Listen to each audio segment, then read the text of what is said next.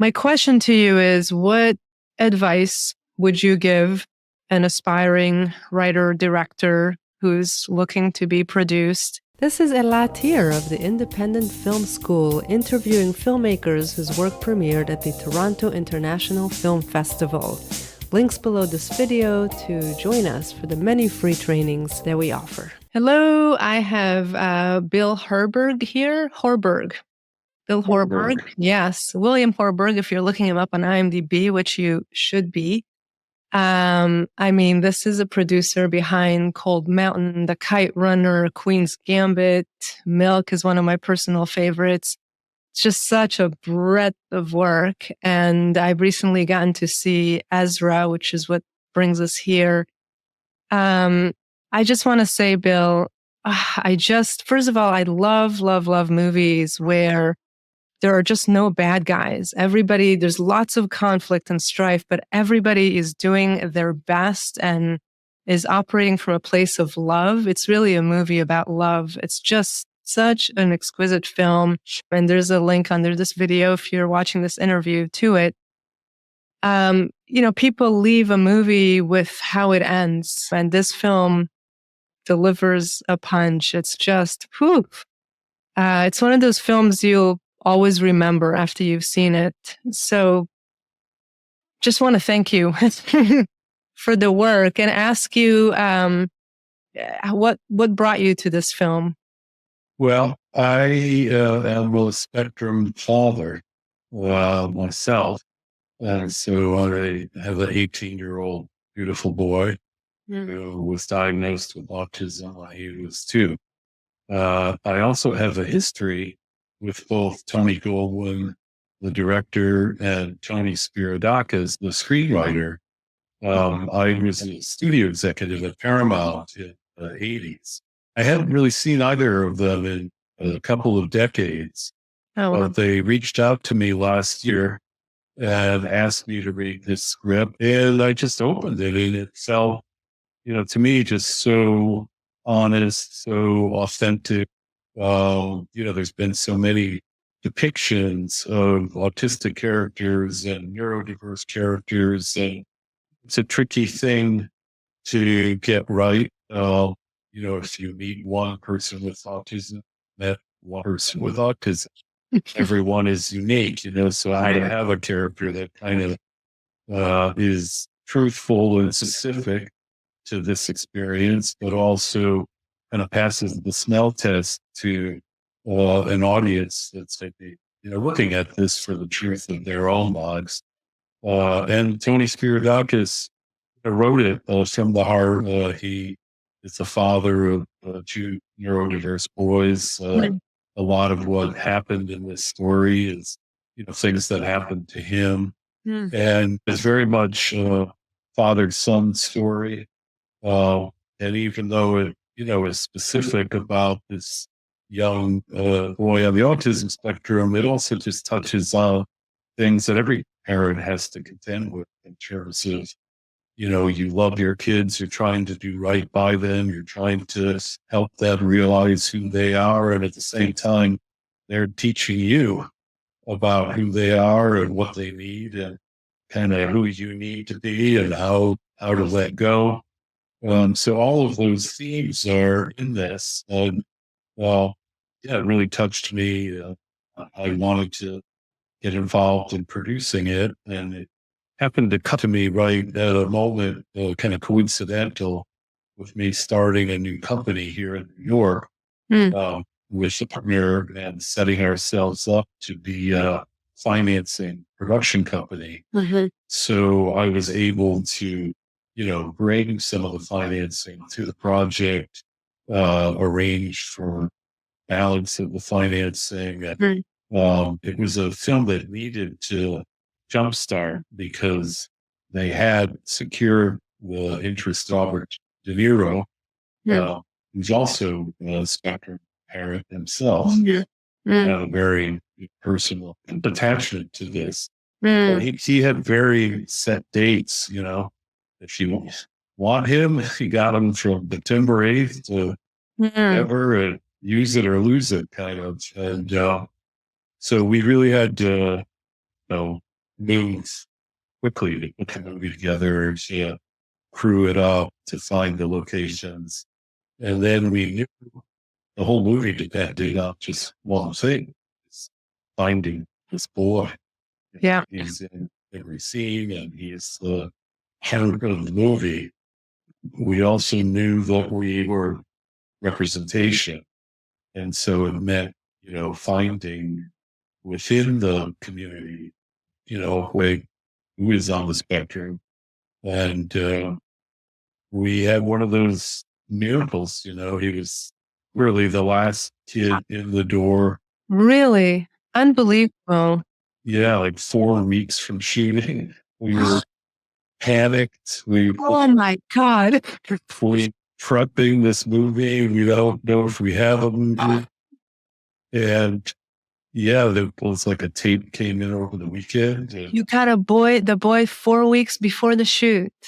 Yeah. And out of that, it turned out he lived in Montclair, New Jersey, which was kind of the epicenter of where we were shooting the film, which just turned out to be a blessing because he could sleep in his own bed and with his family at night. And it was already so completely foreign to him. He had not acted in a theater play, let alone a movie in front of a crew of hundreds of people. Oh, incredible. I mean, the performances are, exquisite, just wall to wall. And, but this boy really just stole the show. I mean, you just fall in love with him. Which you have, to watch the film, you want to see the boy the way his parents see him. You just love him. Yeah. Yeah. He had that beauty and innocence too. Like, he was not intimidated to be acting with Robert De Niro himself. Great. Yeah. Because everything he did was the truth, so he almost couldn't make false moves, he wanted him. And, once we cast him, it was just kind of letting be him, be in this reality. Yeah. So many moments that I can't forget, but if with your permission, I'm just going to name one where he's hugging a girl and some bully makes fun of him and he sort of takes charge of the moment and says, this is a lot harder than it looks. Getting choked up. Oh, it's just like, it was just a moment you can't just, stays that in your mind. Yeah. It's so funny. We were just talking literally about that scene this morning with the distributor. We had a general meeting to kind of meet the whole team that's releasing them.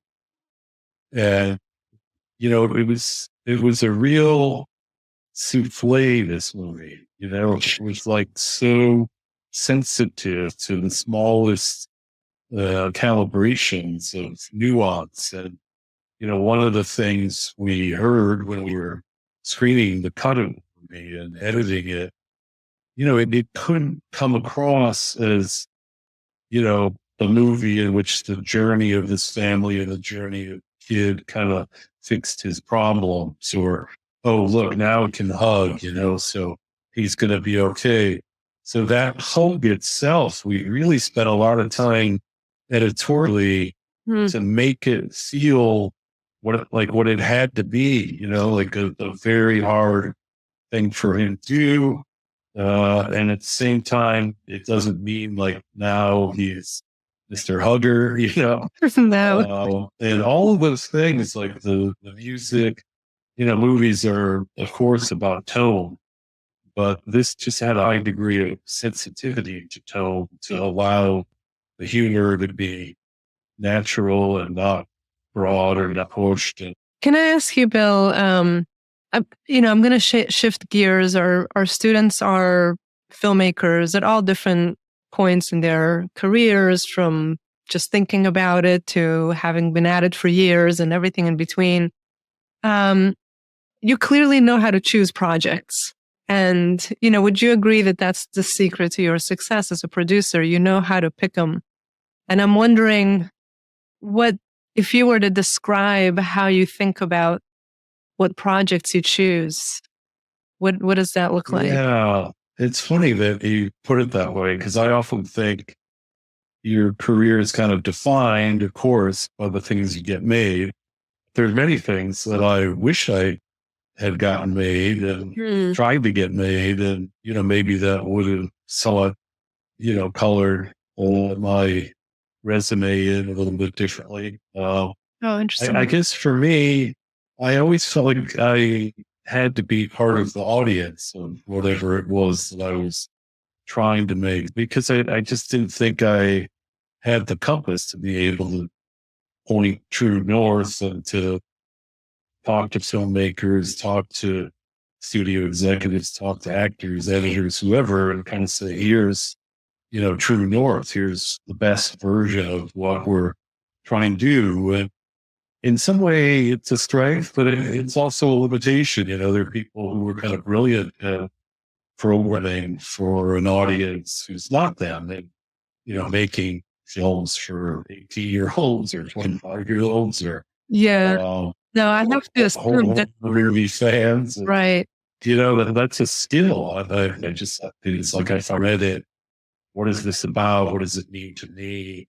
Can I imagine myself waking up every morning for the next however many years, trying to get this made and push it out into the world? I kind of learned early on the cost of yes is a high cost. Like Queen's Gambit took me 20 years to get made, so I had to enjoy. I love this. Maybe it'll never get made. I might be nuts, but and I find it, something that I can commit myself to, kind of just be all in, passionate about.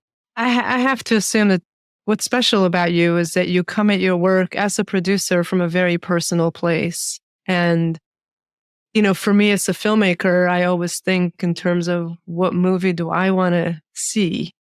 So I understand that. And I find it heartening to hear that come from a producer.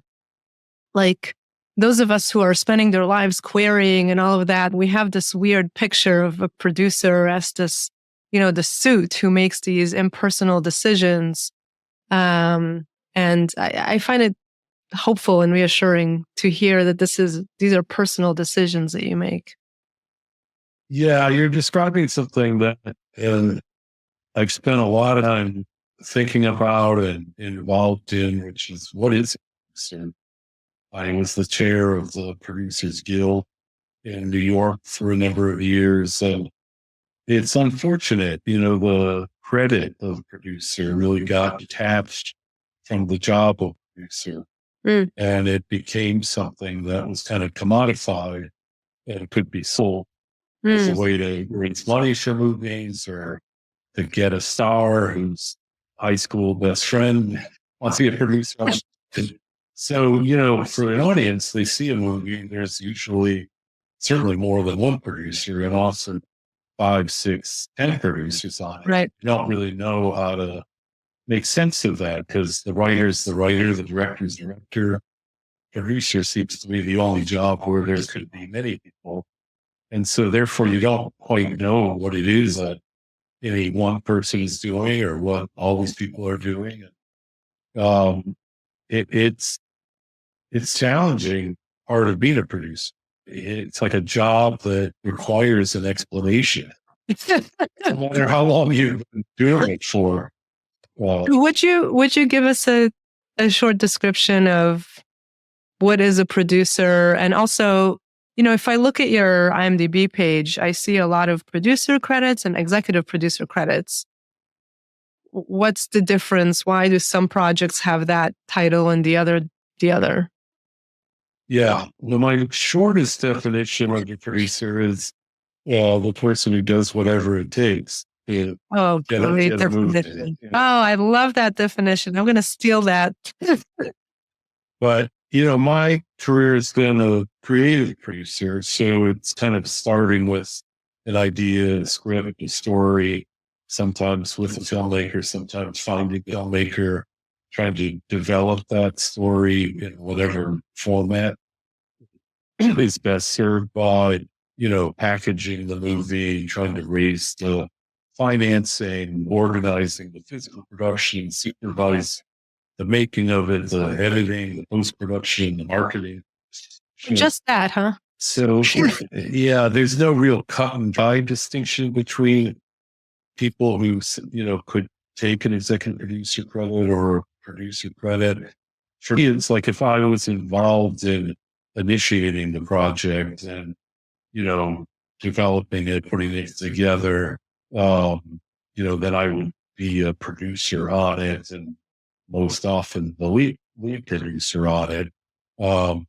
I have sometimes in my career ran companies where, we were financing a slate of films, and I wanted other producers to feel happy to bring us their films, and that I would be kind of seeking to insert myself as a producer on a film that they had already developed and packaged together. So in those instances, I almost always took an executive credit, even though often the work that I did could be equal to or even greater than, but I just felt like I wanted to honor those producers who were, truly independent when I was in a job and behind a desk, and, So exciting to talk to someone in the industry who clearly functions with tremendous integrity. It's really, thank you. Can I ask you, Bill, I'm going to conflate a few questions into one.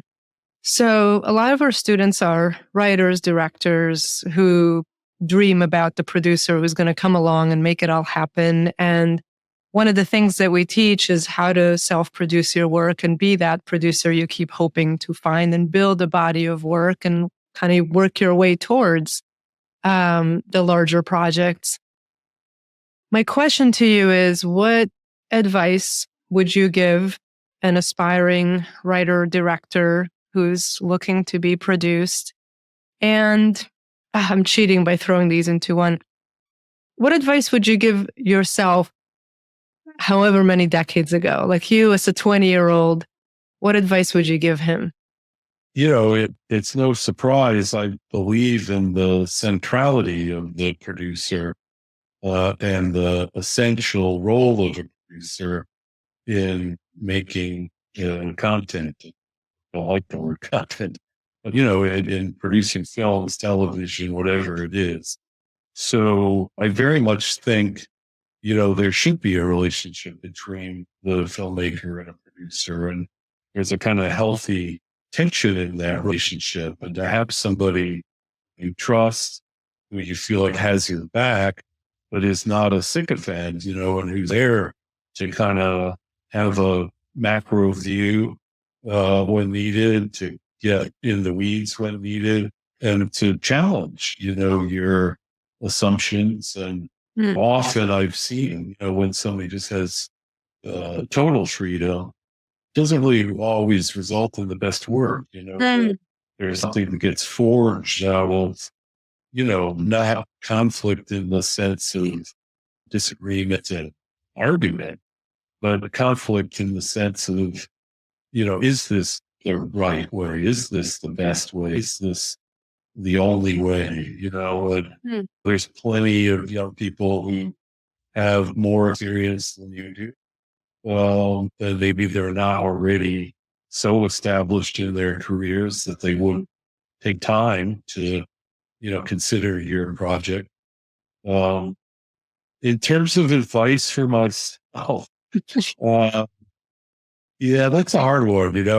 I had such a idiosyncratic path into producing. I didn't go to film school. I never really thought I was going to work in Hollywood. I actually went to music school, and I dropped out of school. I never finished. I kind of stumbled into opening a movie theater when I was 19 years old, with a friend of mine in Chicago.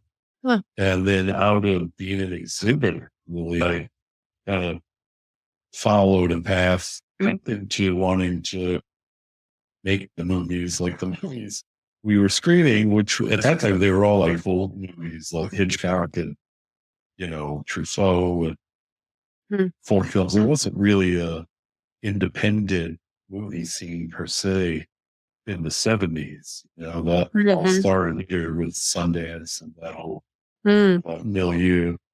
I got very lucky with the people I met and mentored me along the way. I kind of felt like in a town that's famous for insincerity, that there is a kind of paradox, because you kind of have to be true to who you are, what moves you and what excites you and interests you. And you can't like pretend to be someone who wants to make Saw 4 or Ghostbusters, and it has to be like, yeah, that's my jam. Oh, what great advice. Yeah. Oh, that's great. Bill Horberg, yeah, thank you so much for joining us. Really appreciate it. Thank you for so much. me.